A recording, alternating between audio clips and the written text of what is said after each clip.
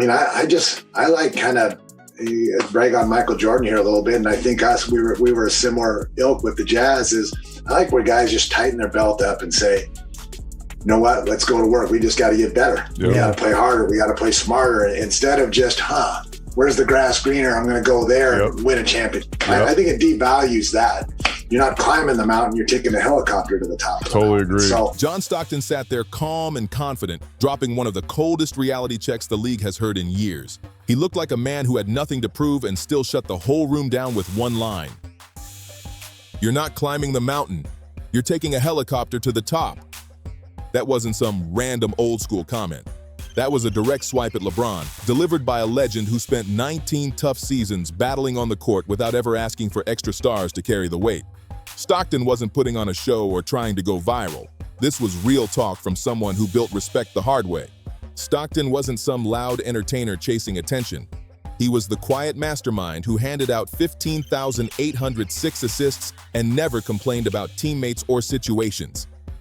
So when he called out the so-called greatest for taking shortcuts, the message didn't just land, it shook the room. It felt different coming from him, because Stockton came from an era where loyalty wasn't optional. And sticking with one squad your whole career wasn't seen as wasting your prime. It was something you wore like a badge of honor.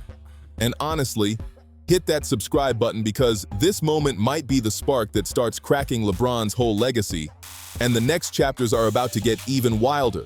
Now let's break down that helicopter line. On the surface, it might sound like typical old-school talk, but Stockton wasn't just speaking about one player. He was calling out a whole culture shift. His message hit deep because he was comparing two completely different mindsets, and the contrast is impossible to ignore. When Stockton talks about climbing the mountain, he's talking about that real Utah Jazz grind. Him and Karl Malone went to war every season, taking hit after hit, watching Michael Jordan shut down their dreams more than once, and still pulling up the next year ready for more action. They never said, let's go find an easier lane. They just kept pushing because that was the culture they lived by. And when you stack that mindset next to LeBron's career choices, the difference is impossible to ignore. It's already in a free fall. I think the Bronny thing started the free fall. I think people around the league are looking like, yeah, you're LeBron, but you're not 27-year-old LeBron. You're not even 34-year-old LeBron. Like, you're an old man now who's dictating and destroying the Lakers because you want your son to play, and look what's happened. The moment things got tough in Cleveland, LeBron took off to Miami to link with Dwyane Wade and Chris Bosh. When that run lost its shine, he headed back to Cleveland with Kevin Love and Kyrie Irving ready to help carry the load. And when that situation cracked, he moved again. This time to LA with Anthony Davis waiting to team up. Every time the climb got steep, LeBron found a new helicopter to lift him higher. But here's where Stockton's message hits even harder. He wasn't only talking about switching squads. He was digging into something way deeper. He was calling out the difference between building something and buying something. The Jazz built their entire championship window from the ground up, year by year, draft pick by draft pick, developing players, building culture, earning every inch of progress. LeBron's teams? They were assembled overnight with major signings, instant superstars, and blockbuster deals. And sure, you can say, but LeBron has rings. Absolutely. But Stockton's point wasn't about the number. His point was that how you win matters just as much as the trophy itself. And here's the craziest part. More and more fans are starting to agree with him. But before we dive into that shift, there's something even bigger we need to unpack next. How do we judge legends once the game stops? It's the retirement test. Nobody likes to bring this up when arguing who's the greatest, but it changes the whole conversation. Retirement is the real scoreboard of greatness because once the spotlight fades, all that's left is what you truly did. And this is where things start looking shaky for LeBron. Just look at the pattern. It's not smooth at all. Michael Jordan's legend didn't just stay strong after he walked away. It grew like crazy. We went from Michael might be the GOAT to Michael is definitely the GOAT to nobody is ever touching Michael. And every year he feels even more legendary. Jordan's flu game keeps getting more iconic. That push-off on Russell looks like straight artwork now. Even his tough moments, like getting swept by the Celtics early in his career, somehow make his overall story feel deeper and more powerful. But LeBron? His story is showing cracks while he's still playing. Think about it. When was the last time LeBron had a moment that had you jumping around your room, calling people, losing your mind because it felt unforgettable? When was the last time he made the entire world stop for one play, one game, one moment? Even radio hosts are saying it. Retirement might not treat him kindly, and honestly, they might be right. LeBron's whole argument for being the greatest is built on volume. Big stats, long years, stacking up numbers. But once he retires, all those numbers freeze forever. And when they freeze, people start examining everything closer. Playing 21 seasons sounds incredible until you realize the last stretch was filled with regular nights, just keeping the numbers rising instead of delivering those earth-shaking, legendary moments fans never forget. Being the all-time scoring leader sounds legendary, but once you remember he needed more games than anyone in history to reach it, the shine starts fading fast. And then we hit the biggest issue of all, the super team era. As time goes on, more fans are going to look back and start asking, wait a second, how many of those rings did LeBron truly earn through the grind? Because Stockton's helicopter line? It's aging like elite wine, getting sharper every year. And the wild part is that it connects to something way bigger happening in basketball right now, the authenticity problem. Stockton represents a type of real, old-school toughness that's disappearing from the sport. That raw authenticity where loyalty mattered, grinding mattered, staying with your squad mattered. Meanwhile, fair or not, LeBron is starting to look like the face of everything people dislike about the modern athlete culture. The branding, the control, the perfectly curated image. Stockton stayed in Utah for 19 straight seasons. Utah, a place that was never a superstar vacation destination. He could have demanded a trade to a big market. He could have chased rings in LA or New York. He could have picked the easy route. But he didn't. He stayed put, built with what he had, and kept grinding every year. That's real authenticity. LeBron's path? It feels like the total opposite. Every major move looks carefully planned by his media circle at Clutch Sports. The decision wasn't basketball. It was a whole TV event crafted to boost his brand. His return to Cleveland didn't look like an emotional homecoming. It came off more like strategic image repair. Even his social media looks polished, filtered, and signed off by a full team before anything hits the internet. And more people are starting to notice it. The radio host said something serious. Hall of Famers, the legends who usually stay silent and avoid drama, are finally speaking up and taking aim at LeBron. These veterans can easily tell the difference between something real and something carefully manufactured, and that's exactly why they're talking now. They lived through an era where the game felt raw, gritty, and genuine, and now they're watching LeBron turn everything into a polished corporate project. And here's the wild part. This authenticity problem isn't just turning off the old school greats. Fans are starting to pick up on it too. Remember when that radio host said teams aren't even that upset when LeBron moves on? That's because he has never truly been bigger than any city he played in. He always felt like he was passing through, even if he brought home trophies. When Jordan left Chicago, the whole city felt crushed. When Kobe retired, Los Angeles treated it like a national moment, a real cultural event. But when LeBron leaves a team, the reaction is more like, thanks for the run, good luck wherever you head next. That alone speaks volumes, and that brings us to the toughest part of Stockton's criticism. This goes beyond basketball, it's about character, the Bronny factor. If you really want to see why people think LeBron's legacy is slipping, look at what's unfolding with his son Bronny right now. This situation perfectly highlights what Stockton was hinting at. LeBron basically pushed the Lakers into drafting Bronny, not because he was the obvious top pick, but because LeBron wanted it to happen, and the franchise felt the pressure. Not because Bronny dominated college ball, but because LeBron wanted to share the court with him.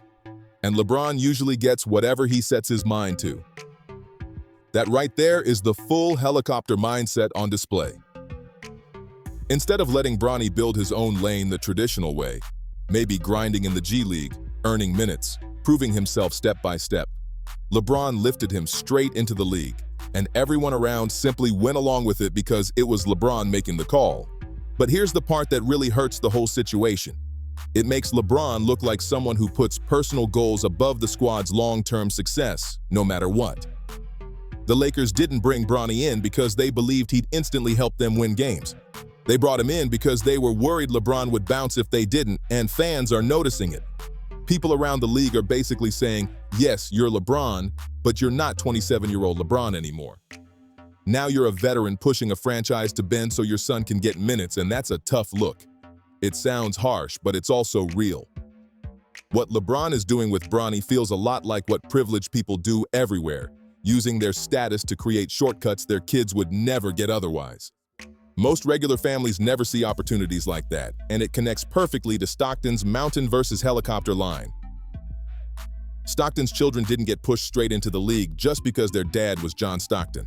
They had to climb through their own journeys without any shortcuts handed to them. That's what the real mountain climb looks like.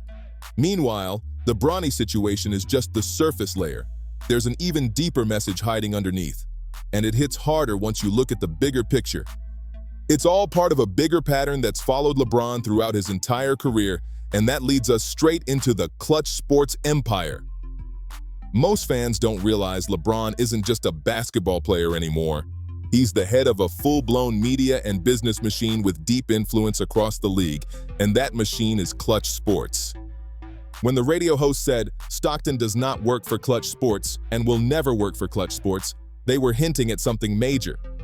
They were pointing out that LeBron has spent years building a powerful network that goes way beyond anything happening on the court. Clutch Sports represents a whole lineup of NBA players. They have connections with major media outlets. They influence draft decisions, free agent moves, and sometimes even coaching hires. When LeBron wants something to happen, he doesn't rely only on his superstar status. He uses his entire business empire to push things in the direction he wants. That's why authentic old-school guys like John Stockton can speak freely, but a lot of current players and media voices stay quiet. They're tied to the clutch system, and crossing LeBron could push them to the outside real fast. People know it even if they don't always say it. But here's the twist. Building an empire comes with a price. And every time LeBron made a business-first decision, his basketball authenticity took another hit. The decision wasn't just a basketball moment. It was a whole brand-building TV event. Going to the Lakers wasn't only about chasing another championship opportunity. It gave him Hollywood access, business connections, and long-term lifestyle advantages most players never even reach for. Fans feel all of this. They can sense when choices stop being about the pure love of the game and start drifting into business strategies, brand polishing, and setting up the next chapter. And that shift is exactly why Stockton's message cuts so deep right now. Everything around LeBron today feels calculated and cold, and that's the total opposite of what Stockton represented. Stockton kept everything simple. What helps us win? That was his whole mindset. No brand-building schemes, no empire planning, no Hollywood strategy in the background, just straight basketball in Utah, pure and focused. And as the years pass, more fans are starting to appreciate that kind of clean, no-nonsense approach, which leads us straight into the biggest question in the whole conversation, the long game. So here it is. Was John Stockton actually right? Is LeBron's legacy gonna fade once he retires while Jordan and Kobe get even bigger, even more legendary? Every sign is pointing straight toward yes. And this isn't only about basketball. It's about the culture shift happening right now. People today want authenticity more than ever. They're tired of perfectly polished branding, scripted moments, and personalities that feel corporate instead of human. They want raw stories about real people who took real hits and fought through real struggles. And LeBron's story, even with all the success, just doesn't feel genuine to a growing portion of fans anymore. Look at the legends people cling to the hardest. Muhammad Ali gave up the prime years of his career for something he believed in. Jackie Robinson pushed through overwhelming hate to break barriers that changed history. Michael Jordan got pushed around by the Pistons, then came back like a completely different force. These stories hit deep because they're about facing adversity head-on, not dodging it. LeBron's story? It feels like optimization. Strategic moves, calculated advantages, controlled environments, and decisions designed for efficiency, not heart. And that's exactly why Stockton's message is hitting harder now than ever. Every move LeBron makes feels perfectly calculated, designed to avoid failure and boost success at all costs. Smart for business, sure, but it doesn't create legendary storytelling. It doesn't create mythology. And here's the part that should worry LeBron the most. The younger generation doesn't have that emotional bond older fans had with past icons. To them, LeBron looks like another superstar surrounded by a brand squad and carefully managed moments. They see the polish, not the passion. When he retires, he won't have millions of fans defending his name the way MJ and Kobe do. Instead, he'll have Clutch Sports releasing statements and dropping documentary trailers. But that kind of manufactured love, it never lasts. Real love, the kind built on authenticity, lasts forever. And that's exactly why the radio host said that in 10 years, people might slide LeBron down to 5th or 6th all time. And honestly, that might even be generous. Because once the business empire chills out and the media noise settles, all that remains is the basketball itself. And when you strip everything down to just the game, LeBron's claim to being the greatest starts looking shaky. Stockton spent 19 straight years climbing that mountain. And even though he never reached the final peak, his legacy is solid because everyone knows he gave every ounce of himself to the climb. That's respect you can't fake. LeBron reached the top multiple times, but his legacy is still slipping because deep down, people feel like he chose easier routes instead of grinding through the tougher ones. Stockton's helicopter line wasn't just a jab. It was a reminder of how true legends get judged. Not by stacked numbers or carefully built super teams, but by the character they show when nobody's watching. LeBron spent 2 decades building a full empire, but somewhere along the way, he forgot to build a legacy that truly feels timeless. He optimized every step for success, but he forgot the power of the story. He pushed his brand to the highest levels imaginable, but his authenticity took the hit along the way. And now, as his career winds down, all those shortcuts and calculated moves are starting to catch up to him fast. The mountain is still standing tall, waiting for someone willing to climb it the hard way, step by step. Stockton never reached the very top, but he's still remembered as a legend because everyone knows he climbed with heart and grit. LeBron reached that peak multiple times, but he might end up remembered as the superstar who kept choosing the smoother path instead of the grind. In the end, that's the real difference between being great and being remembered as great. And Stockton just reminded the whole world which one actually matters. If this breakdown opened your eyes or gave you a new angle on the game, make sure you like, comment, and subscribe, and I'll see you in the next video.